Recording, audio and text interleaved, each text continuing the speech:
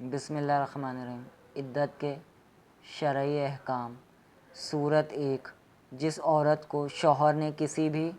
قسم کی طلاق دی ہو، بائن یا رجعی یا خلا ہوا ہو، کسی اور طریقے سے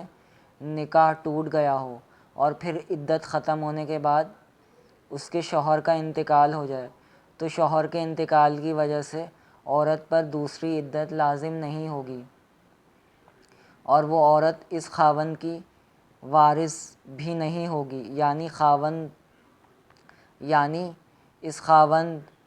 یعنی اس کو خاوند کے ترکے سے شرعاً کوئی حصہ نہیں ملے گا۔ صورت نمبر 2،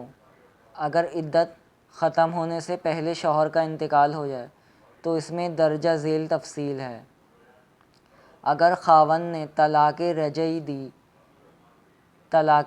دی تھی، خواہ تندرستی کی حالت میں یا اپنی بیماری کی حالت میں، تو وہ عورت اثر نو عدت وفات گزارے گی اور عدت طلاق کو چھوڑ دے گی اور وہ اپنے خاوند کی وارث بھی بنے گی، یعنی اس کو خاوند کے ترکے میں سے شرعاً حصہ ملے گا۔ اور عدت وفات یہ ہے کہ عورت کے پیٹ میں بچہ ہونے کی صورت میں وضع حمل یعنی بچے کی پیدائش تک کی مدت ہے، اور حمل نہ ہونے کی صورت میں 4 مہینے 10 دن۔ یاد رہے کہ طلاق رجعی اس طلاق کو کہا جاتا ہے جس میں طلاق کے فوراً بعد نکاح ختم نہ ہو بلکہ عدت کے گزرنے کے بعد ختم ہو، جیسا کہ کوئی اپنی بیوی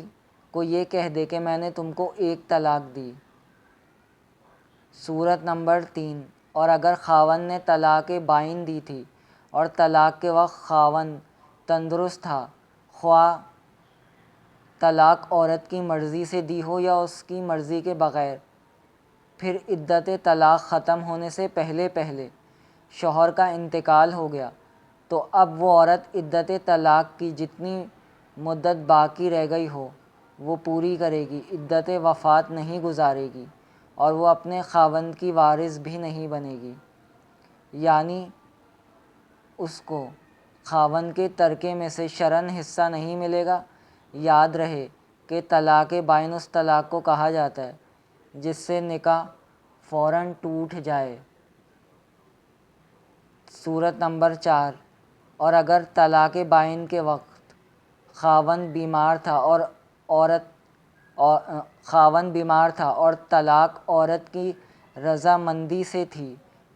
تو بھی وہی حکم ہے جو اوپر بیان ہوا کہ عورت صرف عدت طلاق ہی جتنی رہ گئی ہو وہ پوری کرے گی، عدت وفات نہیں گزارے گی اور وہ اپنے خاوند کی وارث بھی نہیں بنے گی۔ بس آج کے لیے اتنا ہی۔